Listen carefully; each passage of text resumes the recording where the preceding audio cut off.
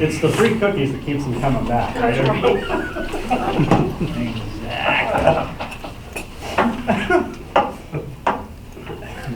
Free bundle pass, but we don't need it. Yeah. That too. I was lucky, these have a donut last year. Oh, We yeah. took advantage of it. Yeah. Well, not some people did. I won't say who, but yeah. I did.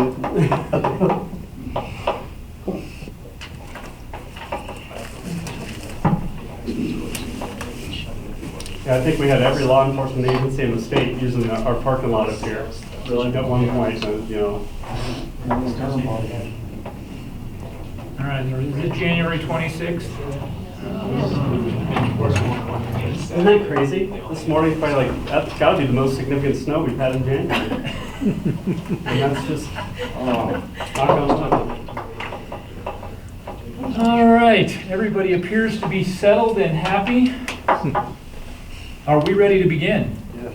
It appears so. Excellent. All right, as always, welcome, and please remember the board appreciates participation from the public. If you have any comments throughout the meeting or work session, please stand, state your name, and address your comments. They will be heard, as the mission of the Great Falls International Airport Authority is to optimize transportation services and development through the region with the vision to maximize the airport's benefit to our region. So with that, with a quorum of the board present, I'll call the meeting to order. Roll call. Commissioner Aritz. I am here, sir. Excellent. Commissioner Baki's here. Commissioner Evans. Present. Commissioner Gibbs here. Commissioner Lalonde.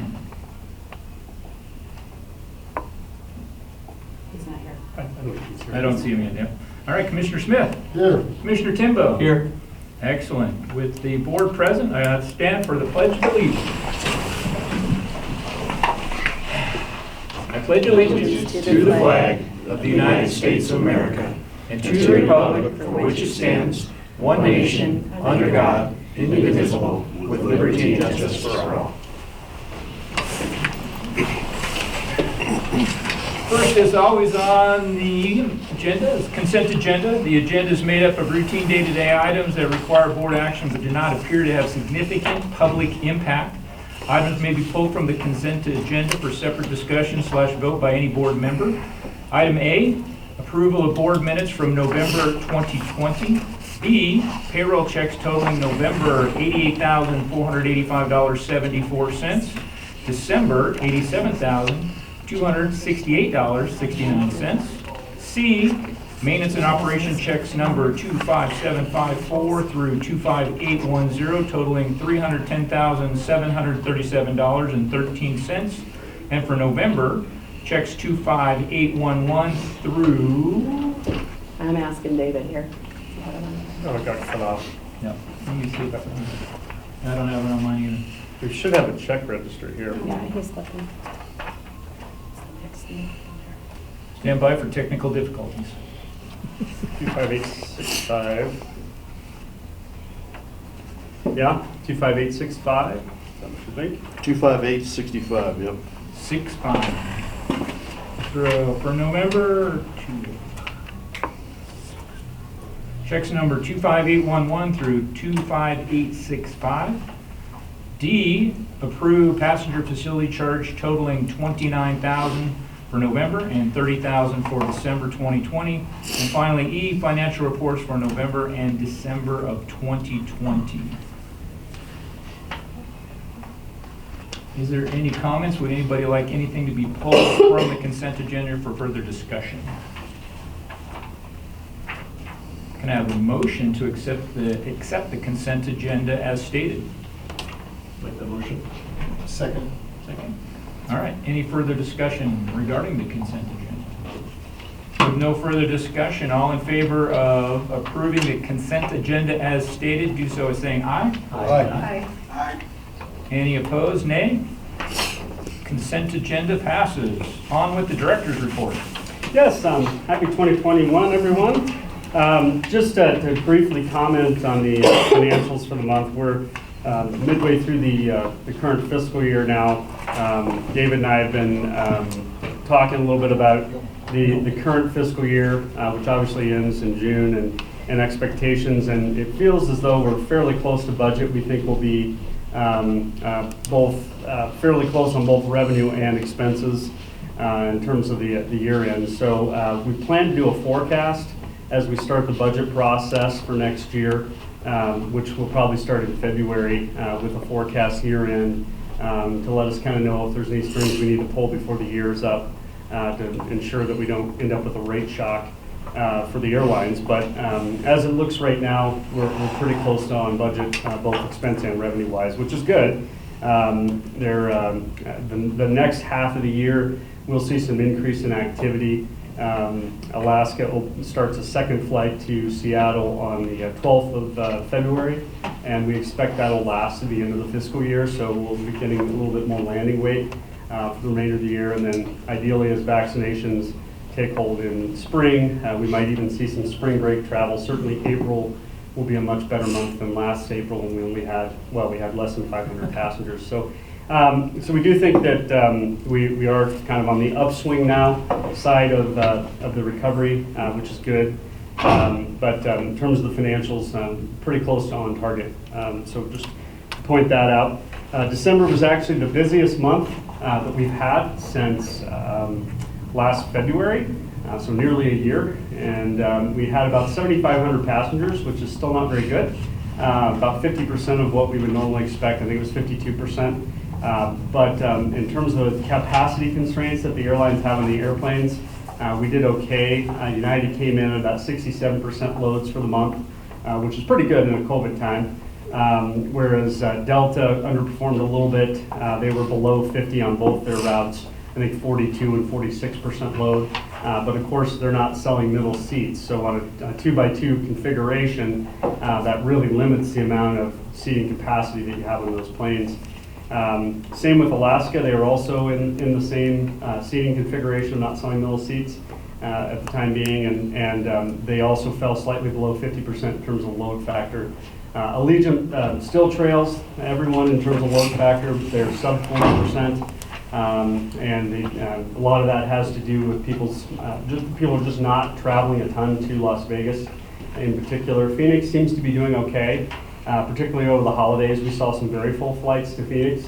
And so remember, the border is still closed for people driving across, which really hurts our numbers to Las Vegas in particular, but also Phoenix. So once that border reopens, and ideally that'll be before summer, and it'd be wonderful to see that border reopen in April at some point when the daily numbers are coming down precipitously, and we could maybe still have some spring push out to training camps and the kinds of things that Canadians do like to do in the springtime. We'll see. But December, as it was the strongest month we had in terms of total passengers during the COVID time. So good news to report there. I mentioned the Alaska flight. As you probably know from the weekly reports, we're in the midst of putting together a SCASD application. That's a Small Community Air Service Development Grant program that DOT has. That program matches local dollars and allows us to pursue airline guarantees. Because it's a direct guarantee of profitability on a route, airports are allowed to participate directly in those fundraisings. But we partner with the Chamber of Commerce, who is our local partner that does those, that actually signs the air service contracts with the airlines and holds the money that's collected from the community. Currently, we're a little bit under our fundraising goal. We're at about 80% of our fundraising goal of what we want for this current application. We have 2 years really to get the final amount of money before we'll have to strike an agreement. And even the agreement we strike with United may not necessarily, or United or American, for example, may not necessarily use all that money in the first year. The United agreement that we struck a couple years ago, we didn't use the totality of the money until the third year of that SCASD grant. And so we have a little bit of time to collect that money. We're fairly confident we can. GFDA has recently enlisted to help us get those final donations in. The Chamber has been working on that. In fact, they're composing a new list of folks that we haven't talked to or who had given us kind of a lukewarm no before. In support of that grant application, we have received 2 letters of support one from American Airlines, and the second from United. And so American has pledged a letter of support for service to Dallas, which would be fantastic. Bringing a new airline would be really terrific. United has pledged a letter of support for a California route, which would be our first California direct service ever from a scheduled carrier. So two really exciting opportunities there, showing at least some interest in the airline. One thing that's unique about this SCASD round is they've extended it because of COVID times to a 5-year agreement, which is just ideal for us in trying to bring a new carrier in with American, because if they were interested in next summer, we would have 4 years of profitability that we could potentially work with them on. So we could have I think the SCASD grant would allow us to have a profit guarantee for 4 years and a marketing guarantee for 5. So we could have some dollars in that pot for up to 5 years, and it would give us a year or two to get a commitment from an airline, but not necessarily start the service, which would also be great. I mean, given we don't know what the recovery, what comes out the other end of this whole thing, it may take a year or two to get a commitment from a carrier. But that's all good news, and we're very excited about this round. Just last week, with the new stimulus bill, the DOT announced that they're going to delay the SCASD round until March, so applications will be due in March. But they did add in about $3 million more dollars, so I think there's a pot of $18 million now for SCASD applications. So that, on one hand, I think the original due date, which was today, would have been kind of good, because a lot of airports really aren't in the frame of mind of getting an application in right now.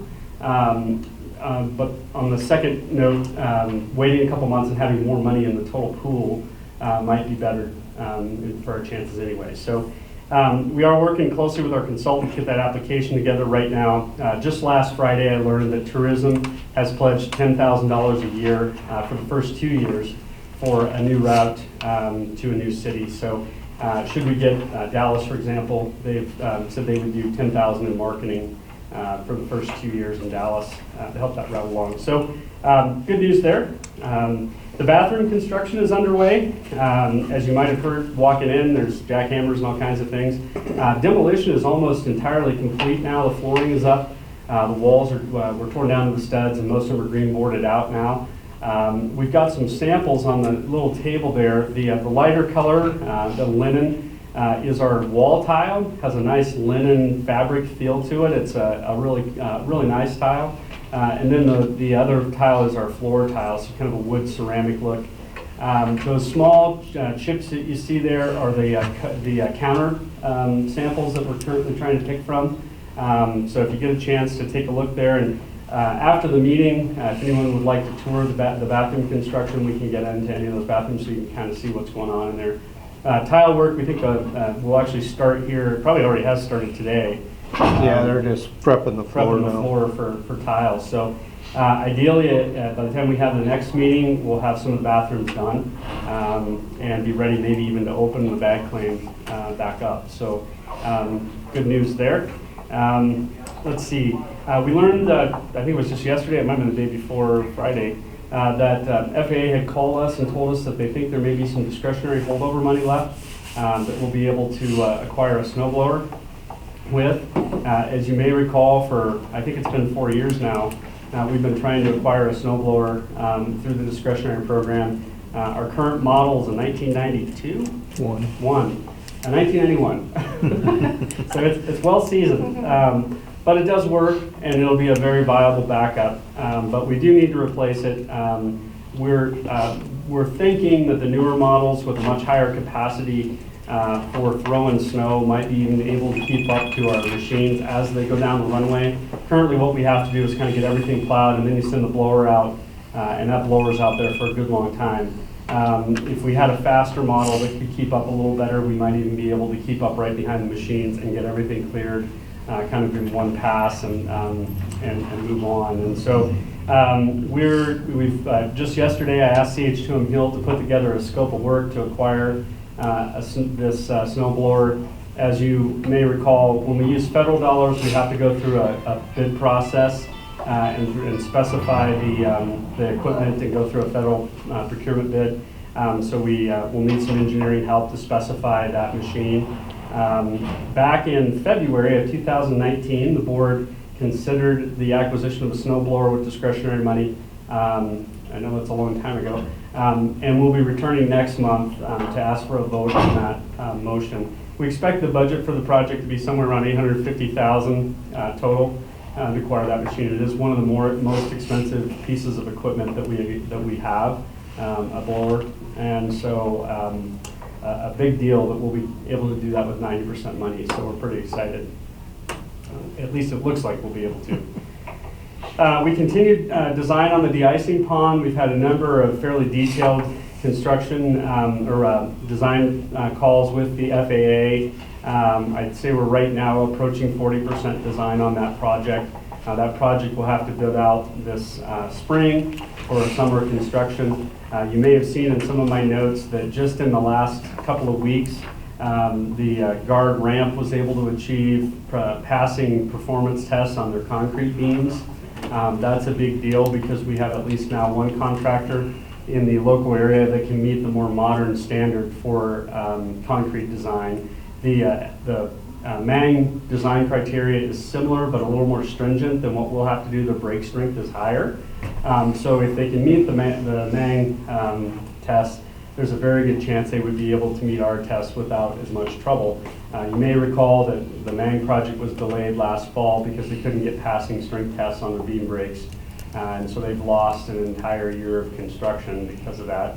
But luckily, it looks like we have passing tests now, and so we have at least one mixed design locally that can be produced and pass those rigid tests. And so that's good news. We really haven't done concrete work in a sizable amount since the runway project many years ago when the de-icing pads were built. And you may recall that those de-icing pads had some production issues and ended in a lawsuit between the airport authority and the contractor. And so we obviously don't want anything like that again. It's encouraging that there'll be a lot of concrete work happening just prior to our project, and we think that'll really help our bids now that there's some clarity as to what rock can be used and what cement and how that all happens, and a local lab that was able to break the beam and get the strength that was necessary. So all good things, and I think that's a good harbinger for our project later this year.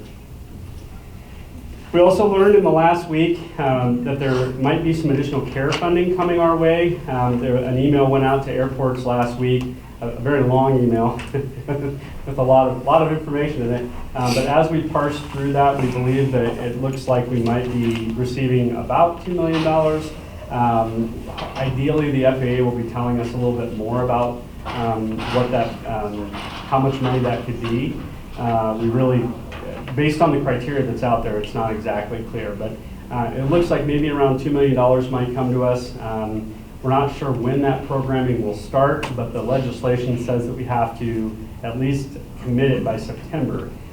So we'll be looking to move a pretty aggressive program forward this summer and have at least one more project in addition to the de-icing pond committed and moving forward. We're looking for projects that don't qualify for our normal AIP financing. That would be ideal because that would take a burden off the airlines going forward. And the kinds of projects that includes are the entry road, for example. There's a portion of that will be ineligible, yeah, that's the right word. Not eligible. Yeah, not eligible, that might be easier. Because there's a portion of that road that serves the property down on the hillside, and FAA has maintained for some time now that they only allow money to be used for projects that are uniquely airport roads, and so we'll have an ineligible portion in there. We'll also have some ineligible portions of the terminal that are not capacity related. So things like the airline offices, when we put in that baggage system, right below us are the airline offices. We need to move those offices back so we have more ticket counter queuing so that, when you're standing in the back of the Delta line, you're not getting snowed on. And so as those lines are pushed back, we're going to have to demolish the offices, and that is exclusively lease space. And so the FAA doesn't allow us to use federal dollars for that. So that's another one. On the outside of the building, if we do a project, a cladding system or something to update the facade of the building, that would also be ineligible. So we'll be looking at projects like that to kind of see what we can get together quickly and make the most impact to the projects that we need to do going forward. So that, more to come on that. Let's see, what else? Did I miss anything, Rod? Any other construction No, I think you updates? covered most of it. I think I got it. Anybody else got anything I missed? I think that's it. Seems like that was a lot. Yeah, that's good. Yeah. Moving forward. Yep. Okay, on to the events. Obviously, if there are any agenda items that present a conflict of interest, subsequently require a member to abstain from discussion or vote, please state ahead of time to do so. Shouldn't be too much of an issue on this time's meeting. First item is the election of officers. And before we get started, we just want to say thank you for Commissioner Timbo for coming back for another 3 years, and also Commissioner Aritz, re-elected and back in for another 3-year term. So thank you guys for committing to help us out and continue increasing experience and work with the board. What do you like? Starting my 4th year. Well, that was last year you were redone, right? No? Same as us? Just county instead of city of it. Oh. We came on at the same Yeah. time. You skipped over me. I know. I try to And speak up Commissioner sometimes. Smith is also Thank you. back with us, absolutely. I apologize for the oversight. No, you don't. The one that was whispering in my left ear. That was my fault. Ignored That was me my on fault. that I one. was thinking, making sure that, yeah, you're right, the county almost always just reappoints right away. That's right. Yeah. So, but I apologize for that. Anyway, point is, no change of commissioners, so a little bit more experience moving into the board, and we thank you for your service, keeping the airport authority viable and up to speed on what's going on. All right, with that, the way the election of new officers is conducted, first we'll appoint a chair, and then we'll appoint a vice chair. And with that information, I will open the floor for nominations for chairman or chairwoman of the authority for this year 2021. Do I have any nominations? I make a motion for Shervaki to chairman again this year. I'll second All that. right. We have a motion and a second. Are there any other nominations for chairman? The words out of my mouth. You guys didn't have to all jump up at once to say that. All right. So if there are no further nominations as the nominee, I will accept that nomination for chairperson. And all in favor of letting me continue on my present course as chairman for the next year, do so and stay by saying aye. Aye. Opposed? Thanks, Tony. Got that. And opposed with the nay? All right, I'm here for another one. So with that, for the nominations for vice chairman or chairwoman, the floor is now open for nominations. I nominate Deb for another 1 year, 10 years. Vice chair. This is Tony. I'll nominate Deborah for vice chair. All right, Tony, we have a nomination and a second for Deb Evans for vice chairwoman position. Do we have any other nominations? Okay, with no further nominations, will you accept the nomination? Yes, I will accept. Okay. Deb will accept the nomination for vice chairwoman. With that, the nominations are closed. All in favor of Commissioner Evans maintaining chairwoman, so by saying aye? Aye. Aye. All opposed, nay? The motion passes. Nobody has to shuffle their seats. Life is good. All right, let's move on to, and thank you all for your vote of confidence. We appreciate that. Item two, private hangar lease assignment. Yes, we have a lease assignment that we're requesting approval of. We have a private sale of a hangar from one party to another out in the GA hangars to the south. These come up from time to time, and unless there's a reason that we wouldn't want that to happen, we would normally approve these. This one is an aviation user selling it to an aviation user, so that's good. We don't have a motorhome moving in or anything like that. So we would recommend that the board approve the sale and assignment of this hangar. Excellent. And I'm looking for that piece of paper. Do we have to make a specific name that goes with that? You can, you're just approving the assignment of the lease to Lauren Smith. Is there a memo?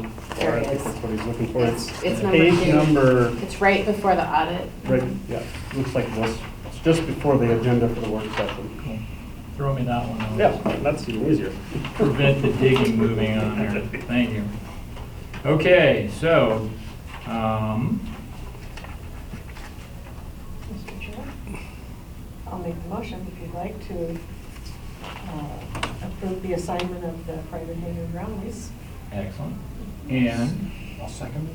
okay, we have a motion and a second to approve the assignment of the lease for the new owner of Lauren Smith. Is there any discussion? All right, with no further discussion, all in favor of approving the assignment of the lease to the new owner of the hangar, Lauren Smith, saying aye. Aye. Aye. All opposed, nay. None opposed. Thank you very much. Motion passes. And now on to acceptance of the final 2019-2020 audit. Yes, in your packet, you'll see we have the final audit report dated June 30th, 2020. As you may recall, the audit committee, Finance and Audit Committee, met back in October to discuss the audit with our auditor, and we have completed the audit for the year. Just to generally summarize the year, and then I'll turn it over and ask our auditor to make a few comments. On page 7 is kind of the summary chart for the management discussion and analysis for the year. And that kind of summarizes, I think, some of the trends we saw during the year. With the COVID impacts, remember our fiscal year does end at the end of June. We didn't feel the full impact of COVID in that past fiscal year, but we did lose about 10% of our revenue in the year.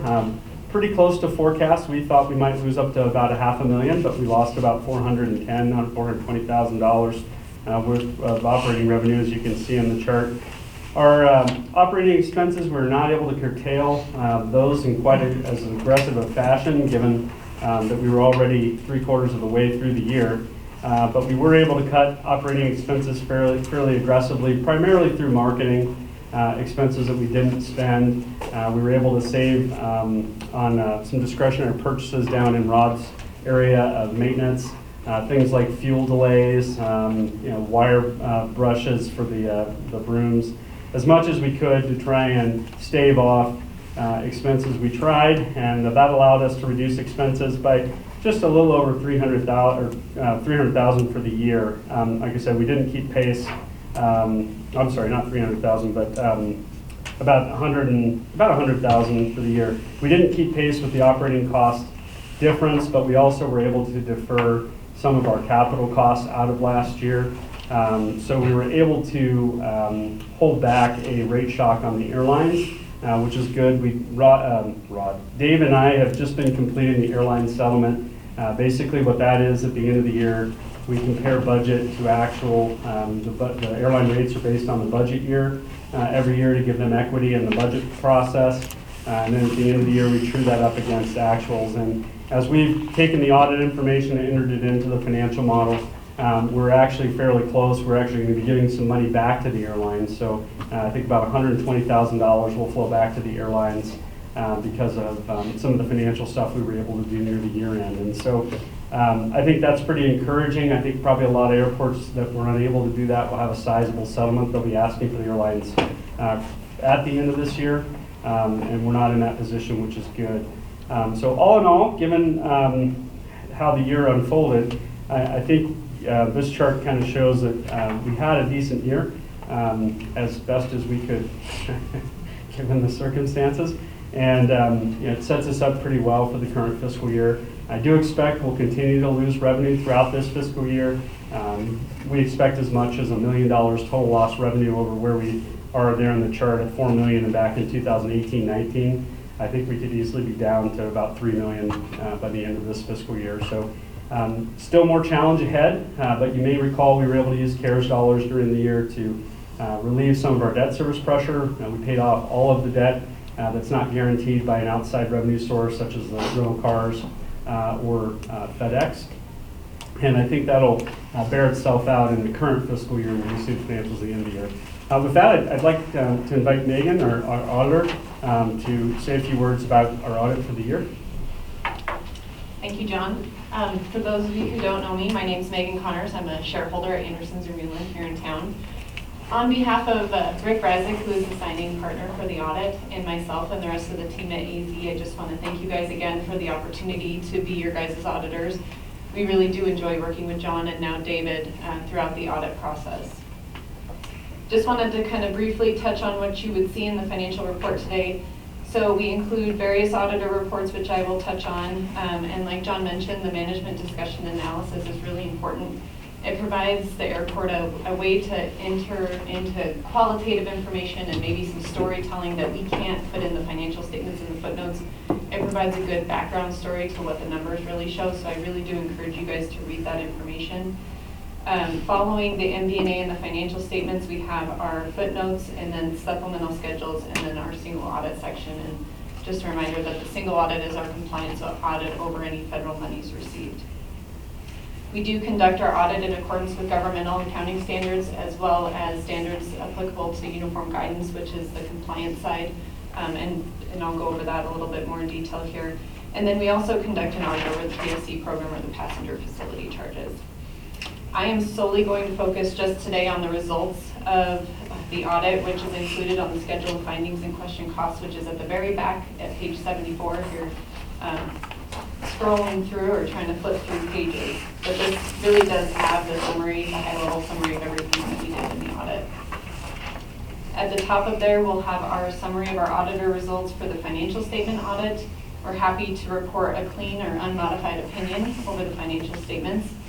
As part of an audit in accordance with government accounting standards or auditing standards, we do have to look at internal control over financial reporting.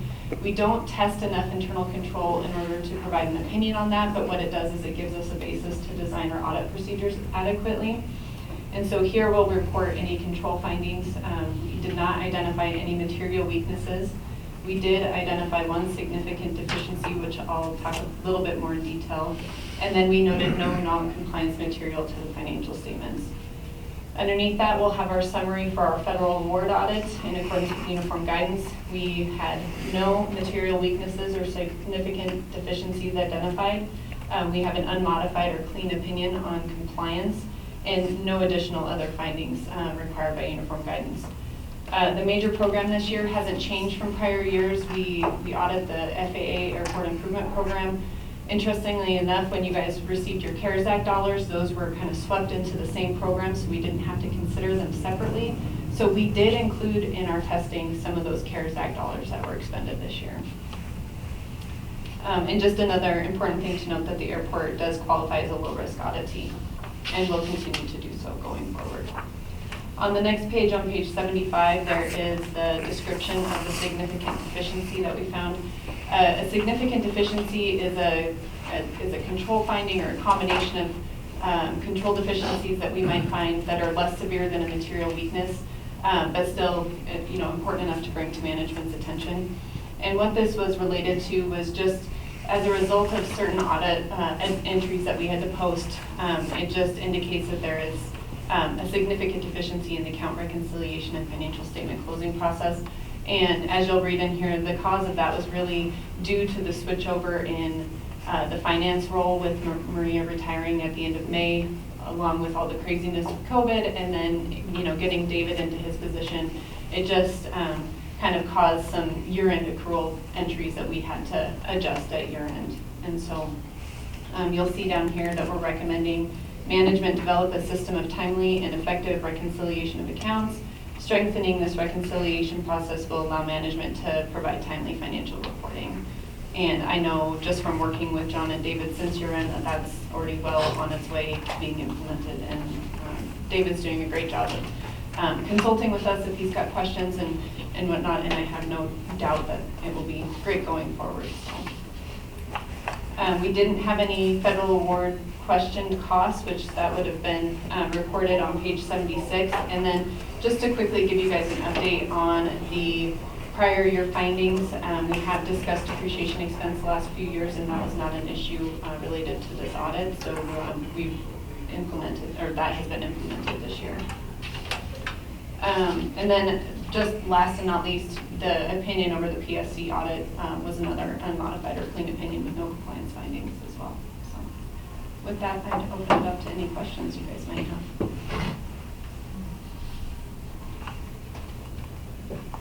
I just want to thank you guys for working with us through the, some of the year-end findings we had, and I noticed you reworded the finding compared to the draft and also classification of that. So I tell Rick I appreciate it. Thank you, Megan. Absolutely. Any other questions? Thank you very much for the report. Appreciate it. Yeah, thank you guys. All right. Can I get a, for acceptance of the final 2019-2020 audit? Make a motion.